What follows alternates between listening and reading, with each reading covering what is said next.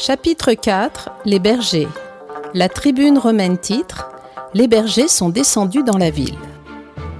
Alors que des bergers descendaient dans la ville de Bethléem, sans leurs brebis et tout à fait déterminés, nous nous attendions à une manifestation pour une revendication quelconque.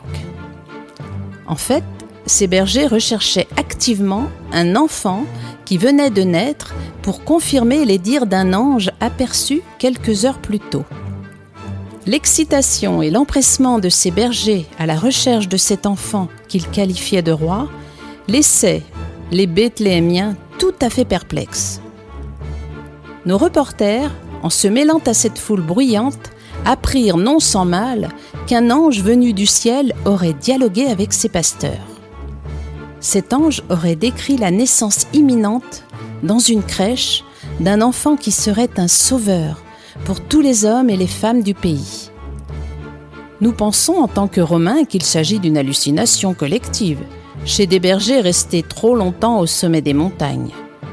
Par contre, leur joie et leur empressement à exprimer leur témoignage nous laissent songeurs.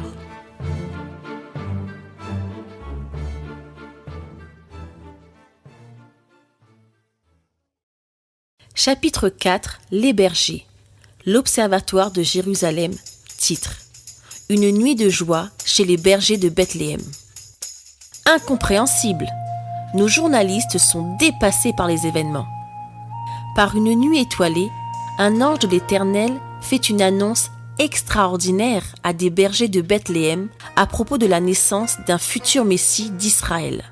À l'écoute des paroles de cet ange, ces hommes ont quitté immédiatement les collines de Bethléem, abandonnant de ce fait leurs troupeaux laissés sans surveillance, à la portée des voleurs de bétail et des prédateurs en tout genre pour rechercher activement l'enfant en question.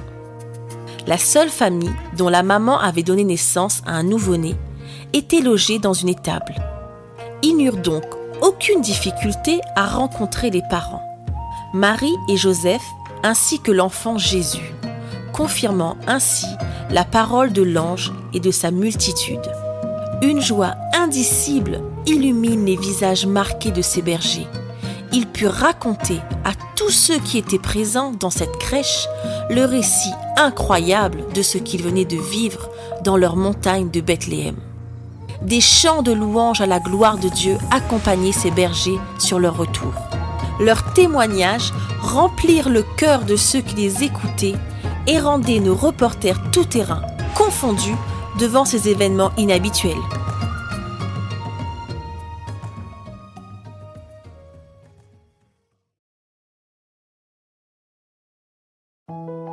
Chapitre 4. Les bergers. L'étoile du matin, titre « Manifestation dangereux dans les cieux ». Même les cieux approuvent la naissance d'un fils unique. C'est de nuit qu'un chef d'une armée d'anges s'adresse à des bergers pour leur révéler l'arrivée imminente du futur rédempteur de l'humanité. Dieu a une affection particulière pour les bergers. Depuis Abel, le fils d'Adam, Amos, prophète de l'Éternel, et bien sûr David, qui fut berger avant d'être l'un des plus grands rois d'Israël. Ces bergers, perchés sur le haut des collines de Bethléem, plus proches du ciel que de la vallée, ne s'attendaient certainement pas à une telle histoire dont ils allaient devenir malgré eux les principaux acteurs. Si la peur causée par cet ange rendu visible n'a duré que quelques secondes, la joie qui a rempli leur cœur restera à vie imprimée dans leur mémoire. Imaginons un instant ce spectacle ahurissant et grandiose, réservé et révélé en tout premier lieu aux bergers de Bethléem. Une manifestation dangereuse dans les cieux. Une gigantesque lumière intense et flamboyante envahit le ciel étoilé. Une myriade d'anges, précédés par l'ange du Seigneur, illumine le firmament comme en plein jour. Précisément sur la colline où se trouvent ces bergers à moitié somnolents.